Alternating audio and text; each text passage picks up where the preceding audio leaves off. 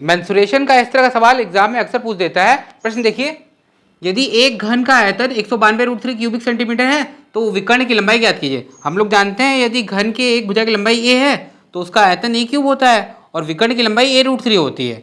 तो यहाँ प्रश्न में घन का आयतन 192√3 दे रखा है, इसका मतलब a क्यूब का मान 192√3 दे रखा है। अब हमें यहाँ से a का मान चाहिए तो इसको भी क्यूबिक फॉर्म में बदल लेते हैं, तो ये हो जाएगा बराबर 64 गुणे 3√3। अब 64 होता है 4 गुणे 4 गुणे 4 या 4 का क्यूब इंटू 3 को हम लोग √3 का स्क्वायर भी लिख सकते हैं। तो ये पूरा हो जाएगा 3√3 √3 का क्यूब। अब a क्यूब का मान ये है तो a का मान हो जाएगा 4√3। अब हमें विकर्ण की लंबाई ज्ञात करनी है तो वो हो जाएगी a√3 बराबर 4√3 इंटू √3 बराबर √3 इंटू √3 मतलब 3, तो 4 इंटू 3 बराबर 12 और ऑप्शन दे रखा है 12 सेंटीमीटर, ये इसका आंसर हो जाएगा। हाइट एंड डिस्टेंस का परछाई वाला सवाल एग्जाम में अक्सर पूछा जाता है। चलिए प्रश्न देखिए, यदि एक खंबे की लंबाई 6√3 मीटर है और छाया की लंबाई 6 मीटर है तो सूर्य का उन्नयन कोण क्या है। तो प्रश्न बोल रहा है कि एक खंबा है जिसकी लंबाई 6√3 मीटर है और ऊपर से सूर्य निकलता है तो उसकी वजह से उसकी छाया 6 मीटर की बन रही है। तो उन्नयन कोण थीटा पूछ रहा है, तो ये देखिए ये राइट एंगल ट्रायंगल है, ये आपका बेस है या आधार है और ये आपका परपेंडिकुलर है या लंब है। तो हम लोग जानते ही हैं कि tan थीटा बराबर लंब बटे आधार। तो यहाँ पे लंब है 6√3 बराबर 6√3 बटे आधार 6 मीटर बटे 6 बराबर √3। तो tan थीटा बराबर √3 आ रहा है और ये वैल्यू 60 डिग्री के लिए होती है।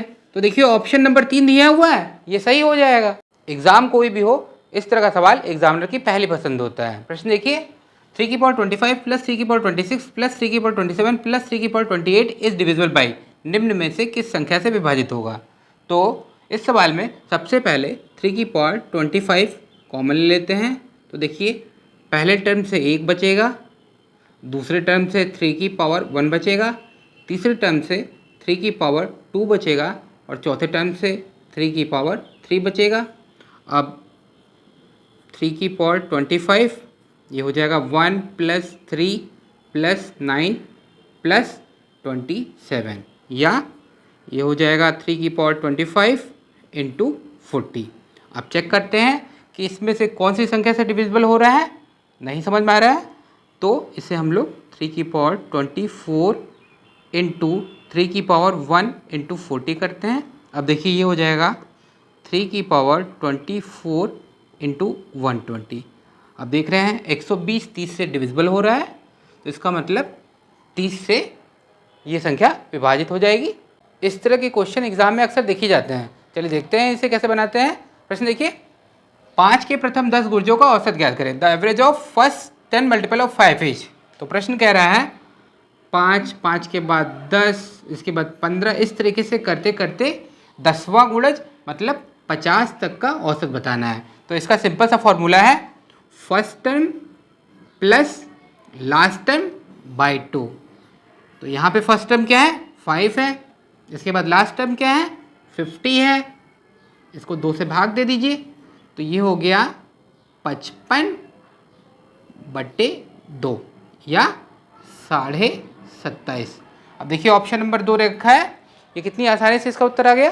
कितनी चतुराई से एग्जामिनर एक आसान सवाल को कठिन बना के पेश करता है और बच्चे छोड़ के चले आते हैं। प्रश्न देखिए, √93 प्लस √32 प्लस √274 प्लस √225 पूछा है। तो देखिए यहाँ पे अगर √225 को ध्यान से देखें तो ये एक परफेक्ट स्क्वायर है जिसकी वैल्यू 15 है, तो इसे हटा करके डायरेक्टली हम लोग 15 लिख सकते हैं। अब देखिए रूट के अंदर 274 प्लस 15 है जिसकी वैल्यू 289 है, जो भी एक परफेक्ट स्क्वायर है जिसकी वैल्यू 17 है, तो इसे हटा के हम लोग 17 लिख सकते हैं। अब देखिए 32 और 17 को जोड़ने पे 49 आता है, जो भी एक परफेक्ट स्क्वायर है जिसकी वैल्यू 7 है तो इसे हटा के हम लोग 7 लिख सकते हैं। अब देखिए 93 और 7 को जोड़ने पे 100 आता है। जो भी एक परफेक्ट स्क्वायर है और जिसकी वैल्यू 10 है, तो देखिए ऑप्शन नंबर 3 कितनी आसानी से इसका उत्तर आ गया। सिंप्लीफिकेशन का इस तरह का सवाल एग्जाम में आ जाए और बोर्ड मार्क्स ना बताओ तो सवाल गलत हो जाता है। बोर्ड मार्क्स कहता है पहले ब्रैकेट को तोड़िए, फिर ऑफ को तोड़िए, फिर डिवाइड को तोड़िए, फिर मल्टीप्लिकेशन को तोड़िए, फिर एडिशन को तोड़िए और फिर सब्ट्रैक्शन को तोड़िए। प्रश्न पे देखिए छोटा ब्रैकेट भी है और बड़ा ब्रैकेट भी है, तो पहले छोटे ब्रैकेट को तोड़ेंगे। छोटे ब्रैकेट में एडिशन भी है और डिवाइड भी है, तो पहले डिवाइड को तोड़ेंगे। तो सबसे पहले 7 भागा 7 करेंगे जो कि 1 आ जाएगा। अब इसके बाद देखिए 7 + 1 है तो इसकी जगह पे 8 लिख सकते हैं। अब छोटा ब्रैकेट हट जाएगा। अब देखिए बड़े ब्रैकेट में मल्टीप्लिकेशन भी है और एडिशन भी है, तो पहले मल्टीप्लिकेशन करेंगे तो 7 × 8 56 हो जाएगा। अब 56 + 7 ये कितना हो जाएगा, 63 हो जाएगा। अब बड़ा ब्रैकेट भी हट जाएगा। अब देखिए एडिशन भी है और डिवाइड भी है, तो सबसे पहले डिवाइड करेंगे तो 7 भागा 7 क्या होगा, 1 होगा और प्लस में 63 है, तो 63 + 1 बराबर 64 और ऑप्शन नंबर 4 इसका करेक्ट आंसर हो जाएगा। इस तरह का क्वेश्चन बच्चे एग्जाम में अक्सर स्किप कर देते हैं या आगे बढ़ जाते हैं, जबकि ऐसा करना नहीं चाहिए। प्रश्न देखिए, find the square root of 3⁻38 + 3⁻39 का वर्गमूल ज्ञात करें। तो पूछ रहा है रूट ऑफ 3⁻38 + 3⁻39। तो यहाँ पे हम लोग को इसमें 3⁻38 कॉमन ले लेना चाहिए, तो पहले टर्म में 1 बच जाएगा और दूसरे टर्म में 3 कॉमन बच जाएगा। अब ये हो गया इक्वल टू रूट ऑफ 3⁻38 × 4। अब देखिए 3⁻38 3⁻19 का स्क्वायर है और 4 2 का स्क्वायर है, तो इक्वल टू हो जाएगा 3⁻19 × 2। और देखिए ऑप्शन नंबर 4 कितनी आसानी से इसका उत्तर आ गया। डिविजिबिलिटी का बहुत ही प्यारा सा प्रश्न है। प्रश्न देखिए 2⁻25 + 2⁻26 + 2⁻27 इज डिविजिबल बाय किसके द्वारा विभाज्य है। इस तरह के क्वेश्चन में सबसे छोटी पावर को कॉमन ले लिया जाता है। तो देखिए पहले टर्म में 1 बचेगा, प्लस दूसरे टर्म में 2⁻1 बचेगा, प्लस तीसरे टर्म में 2⁻2 बचेगा। ये हो गया 2⁻25 × 1 + 2 + 4 या 2⁻25 × 7। अब ये टर्म आपका या तो 2 से डिविजिबल है या फिर 7 से डिविजिबल है। ऑप्शन में देखिए 7 अवेलेबल है, तो ये इसका करेक्ट आंसर हो जाएगा। रेशियो एंड प्रपोर्शन का बहुत ही प्यारा सा सवाल है। प्रश्न देखिए 3 संख्याओं का गुणनफल 10,290 है और संख्याएं 3:5:2 के अनुपात में है। 3 संख्याओं में से सबसे बड़ी संख्या कौन सी है। प्रश्न कह रहा है कि 3 संख्याएं 3:5:2 के अनुपात में है। इसे ये भी तो कह सकते हैं कि पहली संख्या 3p है, दूसरी संख्या 5p है और तीसरी संख्या 2p है। तो तीनों संख्याओं का गुणनफल 10,290 दे रखा है। इसका मतलब 3p × 5p × 2p = 10,290 या 30p³ बराबर 10,290 या p³ बराबर 10,290/30। तो 0 से 0 कट गया, 3 त्रिका 9, 3 चौके 12 और 3 त्रिका 9 या p³ बराबर 343। तो p बराबर हो जाएगा 7, क्योंकि 7 का क्यूब 343 होता है।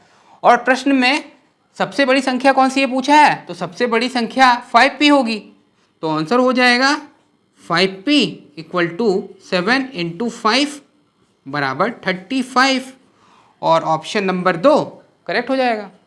बचपन में रटाए गए गणित के फार्मूलाज बड़े काम के होते हैं। प्रश्न देखिए 2 संख्याओं का गुणनफल 24 तथा उनके वर्गों का योगफल 52 है, तो उनका योगफल ज्ञात कीजिए। प्रश्न कह रहा है दो संख्या मान लीजिए ए और बी हैं तो उनका गुणनफल 24 दे रखा है और उनके वर्गों का योगफल 52 दे रखा है। तो संख्याओं का योगफल पूछ रहा है। हम लोग जानते हैं ए प्लस बी का होल स्क्वायर बराबर A square plus B square plus 2ab होता है। तो हम लोग अगर ए प्लस बी के होल स्क्वायर की वैल्यू फाइंड कर लें तो ए प्लस बी की वैल्यू फाइंड हो जाएगी।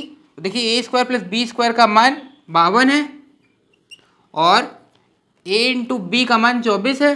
तो 2 इंटू 24 तो ये हो गया 52 प्लस 48 बराबर 100। तो a प्लस बी का होल स्क्वायर 100 है तो a प्लस बी 100 का रूट हो जाएगा या 10 हो जाएगा और ऑप्शन नंबर बी करेक्ट हो जाएगा।